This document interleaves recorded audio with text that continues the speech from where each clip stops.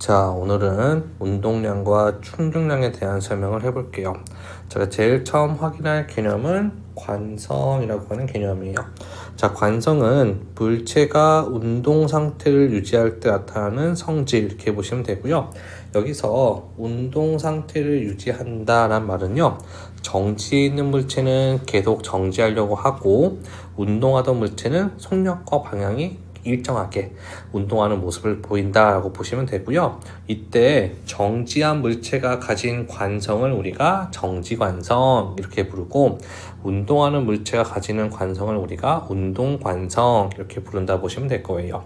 자, 정지관성 같은 경우에 대표적인 예는요, 우리가 그 식탁보 위에다가 그릇을 올려놓고서 식탁보를 싹 빼면은 그릇은 가만히 멈춰 있거든요. 이때 이 가만히 정지해 있는 그릇이 갖는 정지 관성 때문에 생기는 현상입니다. 이렇게 보시면 되고요. 여러분들이 이제 열심히 뛰어가다가 멈추려고 하면 어때요? 바로 멈추지 못하고 가던 방향으로 좀 가다가 멈춘단 말이에요. 운동하던 물체가 운동 관성을 가지기 때문에 생기는 현상이구나, 이렇게 보시면 될 거예요. 자, 이때 관성은요, 질량이 클수록 크게 나타난다, 이렇게 보시면 되는데, 생각해보시면 당연할 거예요. 질량이 작은 물체보다 질량이 큰 물체를 움직이게 하기가 더 힘들고요. 반대로 멈추게 하기도 더 힘들어요. 그 말은 무슨 뜻이에요? 질량이 클수록 관성이 크게 작용하는구나, 이렇게 보시면 되실 거예요. 자, 우리 두 번째로 확인할 개념은 운동량이라는 개념이에요. 자, 운동량은요, 운동하는 물체가 가지는 물리량으로 정의하고요. 보통 질량에다가 속도를 곱해서 구한다라고 보시면 될 거예요. 자, 이때 이 속도가 바로 방향성을 갖는 벡터 값이기 때문에 이 속도의 방향에 의해서 운동량의 방향도 결정된다, 이렇게 보시면 되고요. 물리학에서는 우리가 방향을 뭐로 표시하냐면은 플러스 마이너스 보로 표시해요. 그래서 수학에 있는 수직선에서처럼 보통 오른쪽을 플러스 방향, 왼쪽을 마이너스 방향 잡거든요. 그래서 여러분들이 운동량 구하실 때는 항상 방향을 고려해서 플러스 쪽인지 마이너스 쪽인지 확인해서 여러분들이 구하신다라고 보시면 될 거예요. 자, 그리고 이 질량과 속도를 곱해서 운동량을 구할 때는요, 여러분들이 단위도 좀 조심하셔야 되는데, 보통 질량은 킬로그램을 단위로 쓰고요. 그 단위로 써요. 그래서 만약에 문제에서 질량이 킬로그램이 아닌 다른 값으로 줬다, 여러분들이 어때요? 킬로그램으로 바꾸셔야 되고요. 속도 역시 미터 퍼 세크가 아닌 킬로미터 퍼와 같은 다른 단위로 주면 여러분들이 마찬가지로 미터 퍼 세크로 바꿔서 운동량을 계산을 하셔야 됩니다. 자, 세 번째 개념은 충격량이라는 개념이에요. 자, 물체에다가 충격, 다시 말해서 힘을 가했을 때 물체가 나타내는 물리량으로 보시면 되고요.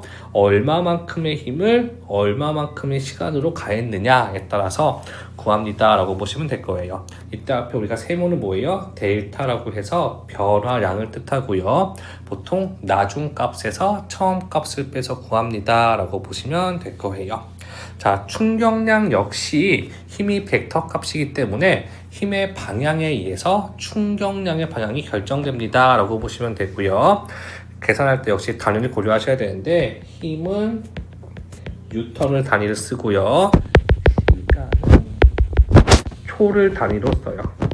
그래서 마찬가지로 문제에서 주어진 값의 단위가 맞는지 확인하셔서 계산을 해야 됩니다 라고 보시면 되고요. 그래서 각각 우리가 운동량을 우리가 단위를 킬로그램, 미터 퍼 세크 이렇게 표시하고요. 충격량을 단위로 우리가 뉴턴 세크 이렇게 표시한다 보시면 될 거예요. 자, 그 다음 개념은 우리가 충격량을 또 다른 방법으로 한번 정의를 해볼 건데, 자, 내가 어떤 물체에다가 충격, 다시 말해 힘을 가하면은 물체에 뭐가 바뀌게 돼요? 운동 상태가 바뀌게 되는데, 이 운동 상태가 바뀌면 당연히 뭐도 바뀌게 돼요? 운동량도 바뀝니다 라고 보는 거죠. 자, 이때 운동량이 얼마나 변했느냐? 운동량의 변화량은 다시 말하자면요, 나중 운동량에서 처음 운동량을 뺀 값은 뭐에 해당한다? 충격량에 해당한다 라고 보는 거죠. 다시 얘기하자면은 물체한테 뭐예요? 힘을 줘서 충격을 준 만큼 물체의 뭐가 변한다? 운동량이 변한다. 이렇게 보시면 될 거예요. 자, 우리가 마지막으로 확인해 볼 개념은 평균 힘이라는 개념이에요. 자, 평균 힘인데, 자, 우리가 이제 요 파트에서는요, 어떤 그래프가 나오냐면요, 힘, 시간 그래프가 제시가 될 거예요. 이때 주어진 그래프와 X축 사이의 면적을 구하시면 우리가 뭘 구할 수 있냐면요, 충격량을 구할 수 있습니다 라고 보시면 되세요. 자, 그런데 선생님 처음 그린 요 그래프처럼요, 힘이 일정하게 되면 사실 평균 힘을 구할 필요가 없어요. 힘이 항상 일정하니까 뭐예요? 이 힘 자체가 평균 힘이 될 건데, 문제는 뭐냐면요, 자, 실제로 충돌할 때 보면은 물체가 이런 식으로 매 시간마다 힘의 크기가 변하는 충돌이 나타난다 라고 보시면 될 거예요. 자, 이때 평균 힘의 의미는 무엇이냐면요, 자, 아까 X축이 시간이었죠. 시간이 같을 때 요 곡선에 해당하는 그래프의 면적과 똑같은 넓이를 가진 직사각형을 그렸을 때 이 직사각형의 뭐예요? 힘에 해당하는 값, 요 값을 우리가 평균 힘이라고 부른다라고 보시면 될 거예요. 이렇게 해서 우리가 개념을 정리해 봤고요. 자, 우리 실생활에서 어떻게 이해가 되는지 교재에 있는 달걀 낙하 실험을 통해서 한번 살펴볼 거예요. 자, 보시면요, 자, 똑같은 높이에서 질량이 같은 달걀 두 개를 가만히 놓아서 떨어뜨릴 거예요.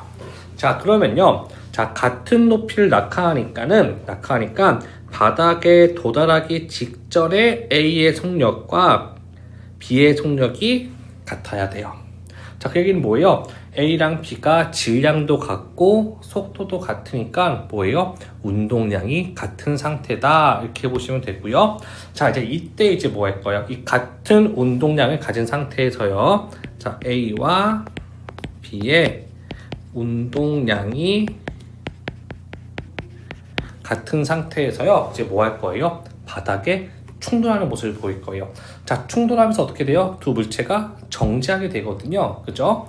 정지하게 되니까요. 자, 물체가 움직이다가 충돌하는 과정에서요, 뭐가 돼요? A의 운동량의 변화와 B의 운동량의 변화가 어떻다? 같아지는구나 라고 보는 거죠. 자, 운동량의 변화량이 같다는 얘기는요, 무슨 뜻이에요? A의 충격량과 B의 충격량이 같습니다 라고 보시면 되고요. 오른쪽에 있는 그래프에서 볼 때요, 우리가 보통 A의 넓이를 SA, B의 넓이를 SB 이렇게 제시해 줄 때, A의 면적과 B의 면적이 같습니다 라고 보시면 될 거예요. 자, 이렇게 같은 조건에 의해서요, 충격량이 같을 때예요. 충격량이 같을 때, 자, 단단한 바닥에 떨어진 물체는요, 굉장히 짧은 시간 동안만 충격을 받을 거고요. 푹신한 방석에 떨어진 물체는요, 굉장히 긴 시간 동안 충격을 받을 거예요. 조금 비유하자면은, 단단한 바닥은 푹신한 방석은요, 이런 식으로 조금 길게 충돌을 가져간다 라고 보시면 되겠죠. 자, 그러다 보니까요, 그래프가 이렇게 만들어지게 되고요. 이때 각각 뭐예요? 이 그래프와 면적이 같아지는 직사각형을 그려보시면은 각각 A의 평균임과 B의 평균임이 나오는데, 이때 A의 평균임이 B의 평균임보다 크게 나오게 돼요. 자, 이때 여러분들이 이제 주목하실 점은요, 같은 충격량이더라도요, 뭐예요? 시간의 차이에 의해서 뭐가 생길 수 있어요? 평균임의 차이가 생길 수 있고요. 이 평균임이 크면 클수록 물체가 더 어때요? 더 강한 충격을 받아서 더 많이 망가지거나 더 많이 손상될 수 있다라는 내용이에요. 되시죠? 자, 이런 식으로 여러분들이요, 우리가 운동량과 충격량을 공부하시면요, 어떤 물체를 어떻게 안전하게 운동시킬 수 있는지를 우리가 확인해 볼 수 있습니다 라고 보시면 되고요. 자, 개념은 여기서 우리가 이렇게 마무리하기로 하고요. 다음에 우리가 문제 한번 여러 개 유형을 살펴보면서 더 같이 공부를 해 볼게요.